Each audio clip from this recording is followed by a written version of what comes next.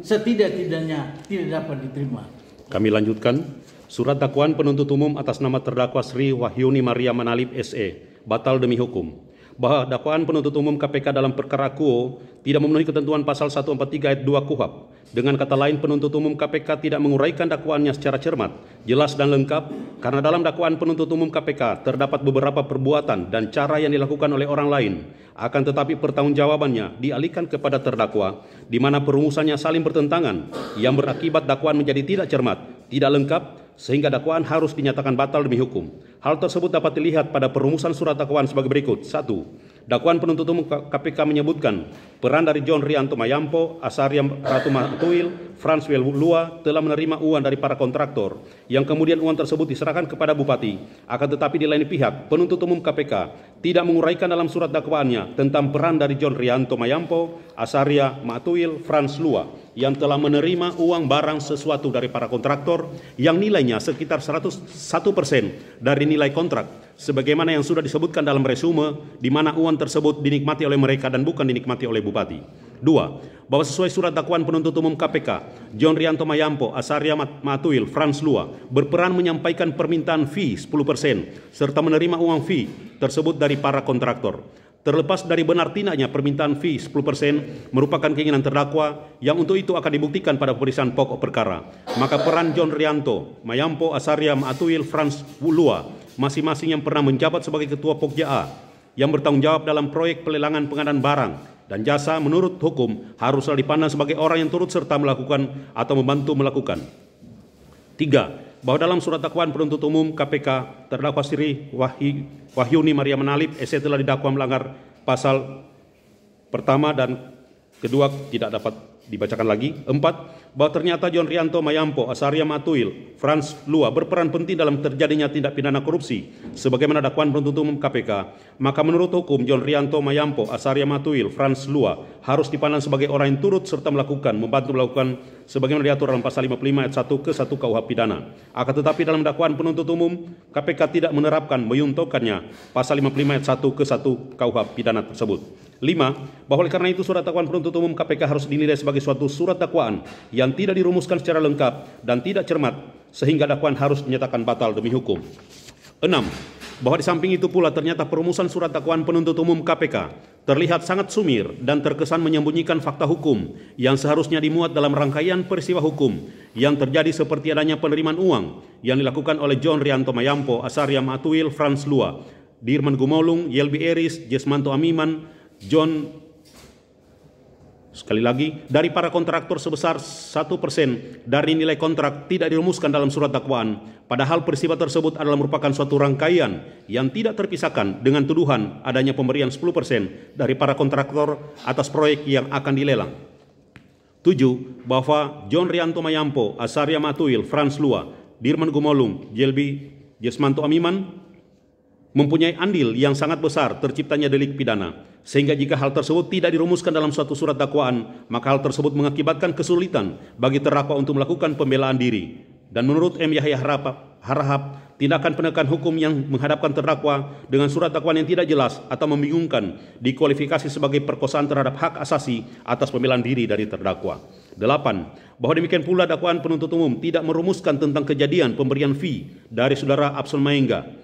Fide berita acara Frans Lua halaman 7 angka 49, di mana menurut berita acara Abson Maengga telah menyetorkan fee 400 juta, akan tetapi tidak dirumuskan dalam surat dakwaan atau tidak dimasukkan di dalam daftar tabel oleh penuntut umum KPK dalam dakwaannya. 9. Bahwa keterangan dari saksi Hopni Ruben Melato halaman 4 angka 10 yang menyatakan bahwa saksi pernah menerima uang fee kepada Saksi pernah memberi uang fee kepada Frans Lua sebesar 36 juta rupiah sebagai bagian permintaan fee 1% dari nilai kontrak yang disampaikan oleh Frans Lua tidak dirumuskan dalam surat dakwaan sebagai uraian jelas dan lengkap. 10. Bahwa ketidakjelasan dan ketidaklengkapan surat dakwaan terlihat dari keterangan Yelbi Eris selaku Ketua Pokja tahun 2018 halaman 15 angka 15 yang menyebutkan ada 10 proyek yang dilelang pada tahun 2018 tetapi tidak dimasukkan oleh penuntut umum KPK dalam dakwaannya, sebab dakwaan penuntut umum KPK hanya menjelaskan paket proyek dari bulan Juli 2014 sampai tahun 2017. Hal ini semakin membingungkan terdakwa. jangan-jangan pada waktu-waktu yang lain akan diajukan sebagai bentuk dakwaan perbuatan lain di tahun 2018, padahal baik perbuatan tahun 2014 sampai tahun 2019 adalah merupakan perbuatan yang sejenis, yakni tindak pidana suap dalam tindak pidana korupsi. 11. Bahwa penuntut umum KPK tidak merumuskan dalam surat dakwaannya tentang perbuatan dari Asaria Ma'atuil yang telah menerima fee proyek tahun 2016 dari saksi bernama Junaidi Maparipe sebesar 377 juta rupiah. Berita acara Junaidi Maparipe angka 11, dan fee tersebut tidak dimasukkan dalam tabel sebagaimana surat dakwaan. 12. Bahwa penuntut umum KPK tidak merumuskan peristiwa penyerahan uang dari saksi Andri Mailoor kepada Frans Lua sebesar 10 juta rupiah, fee berita acara angka 16, yang menyebutkan, saya juga pernah memberikan uang sekitar 10 juta kepada Ketua Pokja Frans Lua yang digunakan untuk keperluan membayar hotel. 13. Bahwa penuntut umum KPK tidak merumuskan tentang perbuatan dari Frans Lua yang menerima fee proyek tahun 2017 dari saksi Junaidi Maparipe sebesar 200 juta rupiah. Berita acara lanjutan Junaidi Maparipe halaman 2 angka 20. Fee tersebut tidak dimasukkan dalam tabel sebagaimana surat dakwaan. Bahwa dari rangkaian alasan keberatan eksepsi angka Romawi 2 tersebut telah jelas peran dari John Rianto Mayampo, Asaria Ma'atuil, Frans Lua, Dirman Gumolung, Jelby Eris, Jesmanto Amiman yang telah menerima hadiah berupa uang dari para kontraktor, dan uang hadiah tersebut dipergunakan untuk kepentingan pribadi, dan hal tersebut merupakan tindakan koruptif yang harus pula diberantas oleh lembaga yang terhormat KPK, atau setidak-tidaknya turut serta dalam tindakan penyuapan terkait proyek di tahun 2014 sampai tahun 2019 di saat terdakwa menjabat sebagai Bupati Kepulauan Talaut. Jika hal tersebut tidak dilakukan oleh penuntut umum KPK, maka tujuan negara kita untuk memberantas korupsi telah bergeser jauh, dan penasihat hukum maupun terdakwa tidak akan mengingatkan penuntut umum dengan pepatah kuno, jika hendak membunuh lalat jangan pergunakan kapak, tetapi hendaklah pergunakan sapu lidi. Bukankah John Rianto Mayampo, Asaria Ma'atuil, Frans Lua, Dirman Gumolung, Jelby Eris, Jesmanto Amiman sudah jelas di depan mata hukum telah melakukan perbuatan tidak pidana korupsi, tetapi mengapa yang bersangkutan tidak pernah diajukan sebagai pelaku korupsi? Apakah ini yang dimaksud dengan tebang pilih atau pilih tebang? Mudah-mudahan tidaklah demikian, sebab kalau sudah demikian maka terdakwa diibaratkan sudah jatuh di timpa tangga dan digigit anjing gila. Keadaan perumusan cara perbuatan yang telah nyata dilakukan oleh orang lain akan tetapi dimasukkan dalam dakwaan sebagai cara yang dilakukan oleh terdakwa adalah dapat dikualifikasi sebagai pelanggaran atas pasal 143 ayat 1 KUHP, sehingga beralasan surat dakwaan penuntut umum KPK tersebut dinyatakan batal demi hukum. 4. Surat dakwaan penuntut umum KPK memenuhi ketentuan pasal 76 KUHP tentang adanya asas nebis in idem dalam perkara akuo, bahwa selain jenis keberatan eksepsi yang disebut dalam pasal 156 ayat 1 KUHP, ada juga jenis eksepsi keberatan yang dikenal dalam perundang-undangan lainnya maupun dalam praktek peradilan, antara lain dalam Kitab Undang-Undang Hukum Pidana, yakni keberatan eksepsi yang menyatakan kewenangan penuntut umum untuk menuntut hapus atau gugur. Hapus atau gugurnya kewenangan penuntutan disebabkan faktor tertentu yang disebut dalam ketentuan pasal yang bersangkutan, diantaranya exceptio judicata atau nebis in idem pasal 76 KUH pidana, yakni tindak pidana yang didakwakan kepada terdakwa telah pernah didakwakan, diperiksa dan diadili, serta putusannya telah mempunyai kekuatan hukum tetap dan putusannya bersifat positif, yakni dipidana, dibebaskan maupun dilepaskan dari segala tuntutan hukum. Seiring dengan maksud tersebut di atas, maka Dr. Andes PAF Lamintang SH dan Theo Lamintang SH dalam bukunya Pembahasan KUHP menurut Ilmu Pengetahuan Hukum Pidana dan Jurisprudensi pada halaman 357 menyatakan bahwa eksepsi yang mengatakan dakwaan tidak dapat diterima sebagaimana yang dimaksud dalam perumusan pasal 156 ayat 1 KUHP dapat dikemukakan oleh terdakwa atau oleh penasihat hukumnya apabila dakwaan yang telah dibuat oleh penuntut umum itu ada hubungannya dengan ketidakwenangan dari penuntut umum untuk melakukan penuntutan berkenaan dengan antara lain adanya dasar-dasar yang meniadakan penuntutan atau karena adanya Vervolgingsuitslassung. Pendapat yang sama pula disampaikan oleh para doktrina M. Tirta Mijaya dan Mr. M. Amin yang menyatakan bahwa putusan terhadap dikabulkannya keberatan eksepsi tuntutan penuntut umum tidak dapat diterima disebabkan faktor-faktor antara lain adanya unsur nebis in idem sebagaimana ketentuan pasal 76 KUH pidana.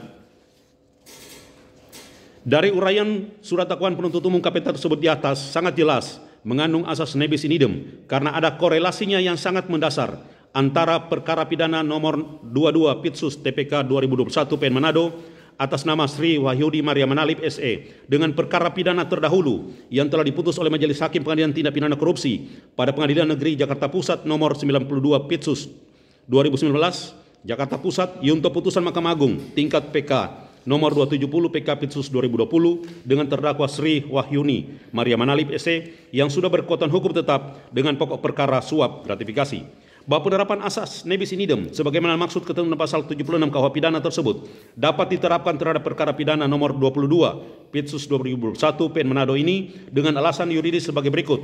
1. Bahwa baik perkara pidana nomor 22 Pitsus 2021 PN Manado sekarang ini dengan perkara pidana nomor 92 yunto putusan Mahkamah Agung tingkat PK nomor 270 PK 2020 terdakwa atau subjek hukumnya adalah sama, yakni Sri Wahyuni Maria Manalip selaku Bupati Kepulauan Talaut masa jabatan tahun 2014-2019.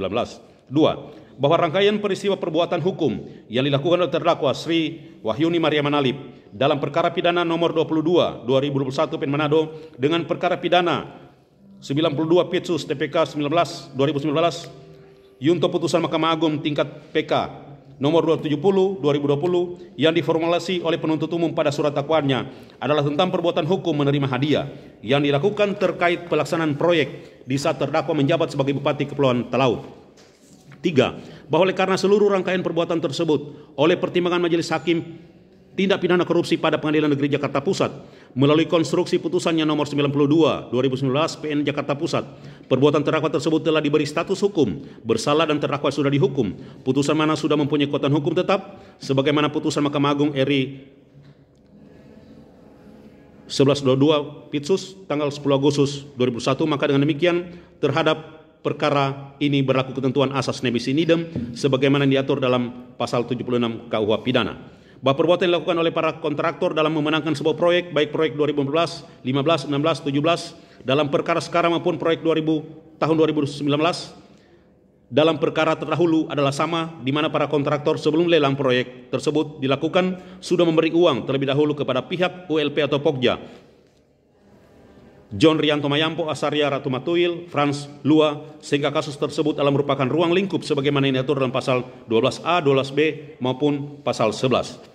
Bahwa jika penuntut umum KPK konsekuen dalam penerapan hukum, sebenarnya perkara ini dapat dihentikan penuntutannya oleh penuntut umum KPK dengan dasar perkara ditutup demi hukum atas alasan nebis in idem. Alasan ini menegaskan bahwa tidak boleh menuntut dan menghukum seseorang dua kali atas pelanggaran tindak pidana yang sama.